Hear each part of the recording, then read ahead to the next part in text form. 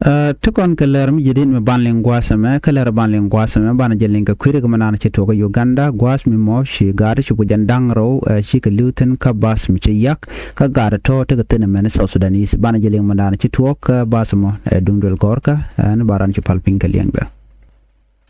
biya kamal an walla shanka wal badda ka pay baro ron kina dang ro de jandang ro ida bakel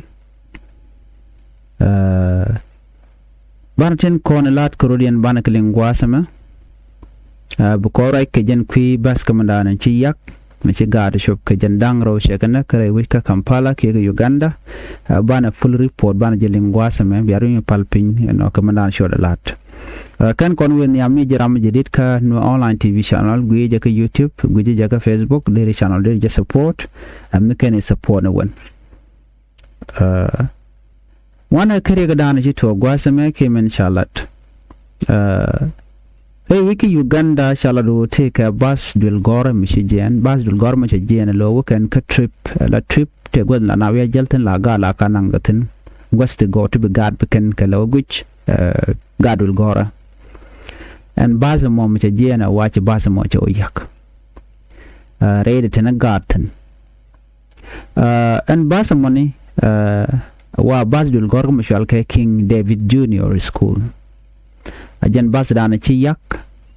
ka jana wa yaka dorm shal ka Kapshore wa district jan gwadanen men yakatanen bas ajan reide take a gato wanted reide kula la lungan jok gwadana ci gwetin ci kan tok ci ka chop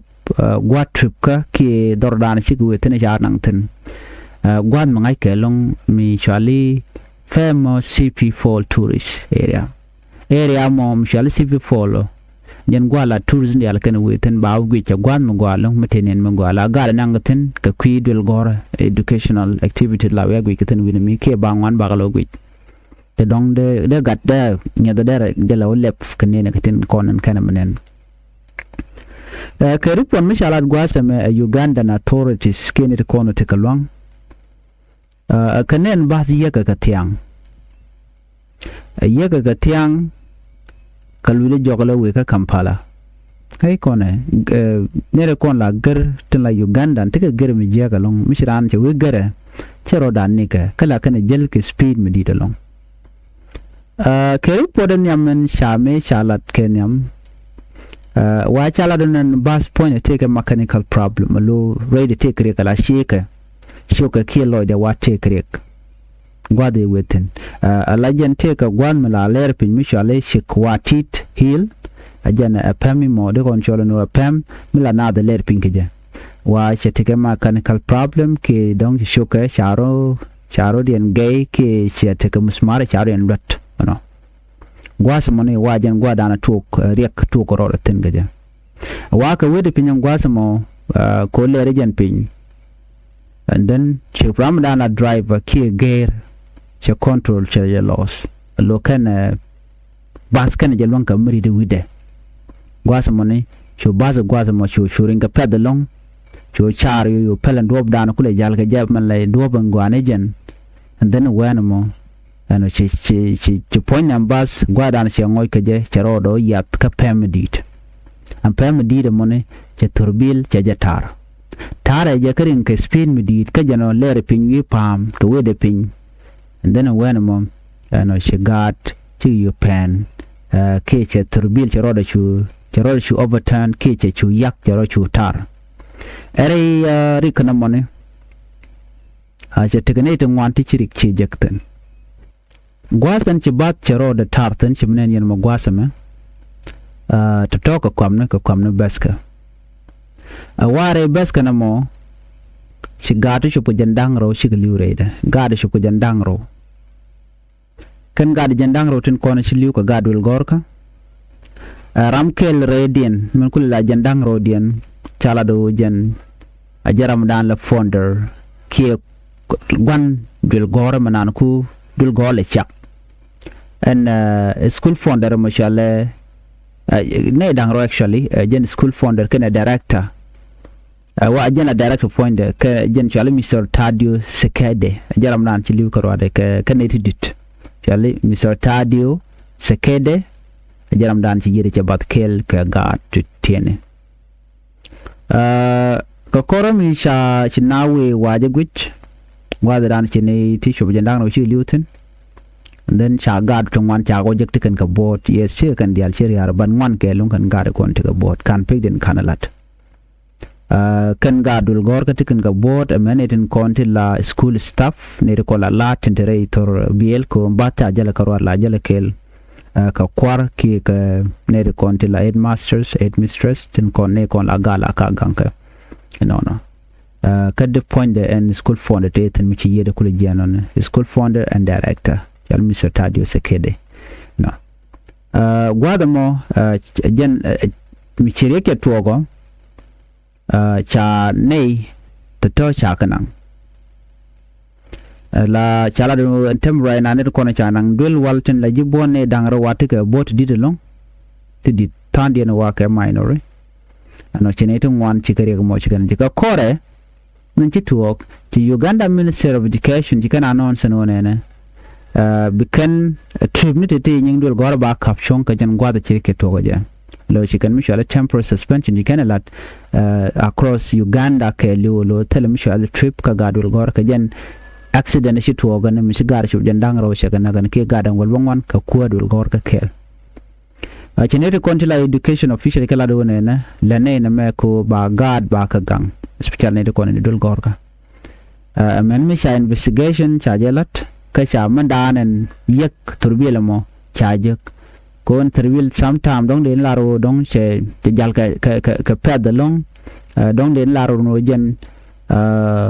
she kwa ka shi je kana kon shega gwadara nan ga gatin ka trip dan wugatin kana dial to wa ke me jarti de kana kan turbil kana jen ko lo ko jeno dong ru dong da le ta accident den bu eto chagu jeno ti diale ba ko rele ka telemisho de lat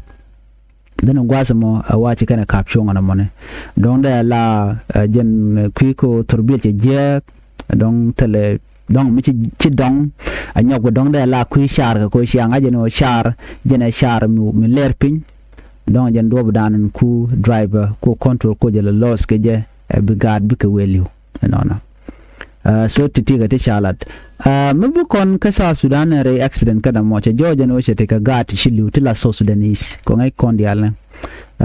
jinubin gat ken dial te dul gor ka Uganda no ndul god dial ti la ken tribun la ken kalel bibla kana ke bad ba ka latin no ka gier kana garabech shi so Sudanese ci ga te kana ti shi kan ka lose ka janna ka jare ka mon mi ci to gona no an accident mo che ramkel kinero che kana te la so Sudanese te la gati tiene ke ripon mi chala do ne so Sudanese singer la rotoir no mo chala sudje she ci gada kel ke nyaada kel ci yere ci jen ci nyaada kel ci yere yu jen are rekana mo mi ci turbil mi ci yaktano na ci nyaada kel ci yere jen chanyo la do jen bo te ka gat ke ko ken no ke ga dangro ki gat te la gat ke ya cha out of her children watandien ci ka survive ki ci ka tek kan ga dangro to wa ka dul wal taken ke minor injuries taken ka boti ci kan ga jekbat wa tele critical condition mi gay katin mo dong de yeran bat ka do no ci nyaade na mo ne ci yere ci jen nyaade a dancer dong de ran ci TikTok no nyam tot mi la xiong ka online la xiong ga TikTok sweet jen South Sudanese singer no ci ga mo ci pen ka jen mi be ngai kon diale ne ko ken wa ka dul wala nyoke report de mi sha nyogalat wa take another South Sudanese child wo mudo dien mishili bo kare and re kana mo but can show the can mention ka kan family members kan kalat you know she yere she gien we mean that ne dangro to la South Sudanese she liu re accident kana mo re ganden chop ke wal bangwan ki jandangro anyok and work ko da kan nga jagwanu ngumle roda ki tene to wanti la South Sudanese teten ana ngoda wa ba kon gwich ba investigate maybe ko ngai kon dial South Sudanese te dul war Uganda no sha nga jamana to but ka ga dangro sha la don jere ga dana togan winimi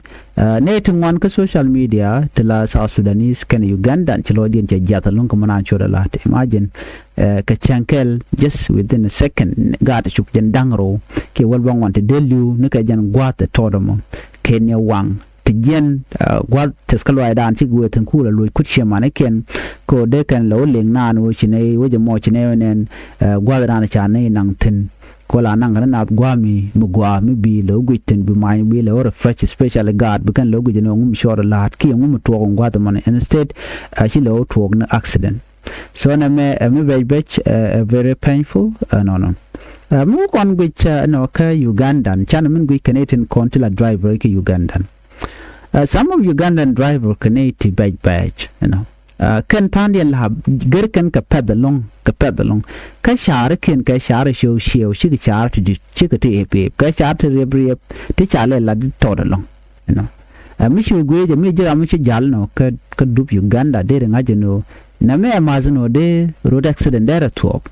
especially ramin jen ka sa Sudan bi Uganda la jange je no share dan chi share ko ka share jack kan jen do bidan ko highway ne ko ala lel ke je ko dong de highway de la midi but kan sharti la na da nanga tenoni ka sharti tiene shi ka sharti ka driver fanken la ger kan ka pedalong bi ka dan ba ger ka pedalong ka do mi shajan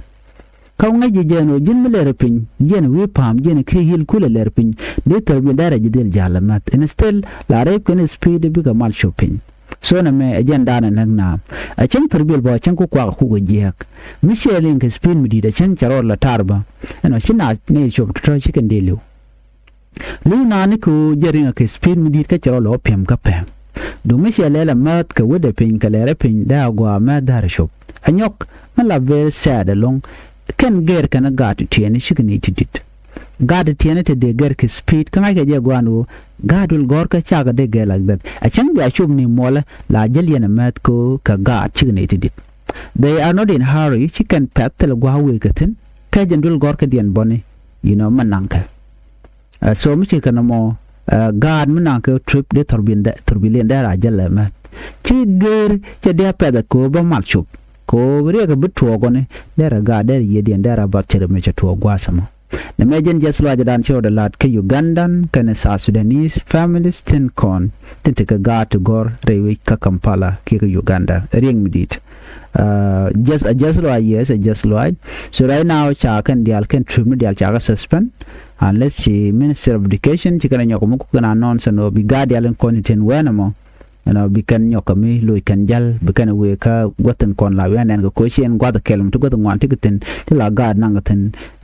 gwa tourist ni gwa to go te ba lo gu chekan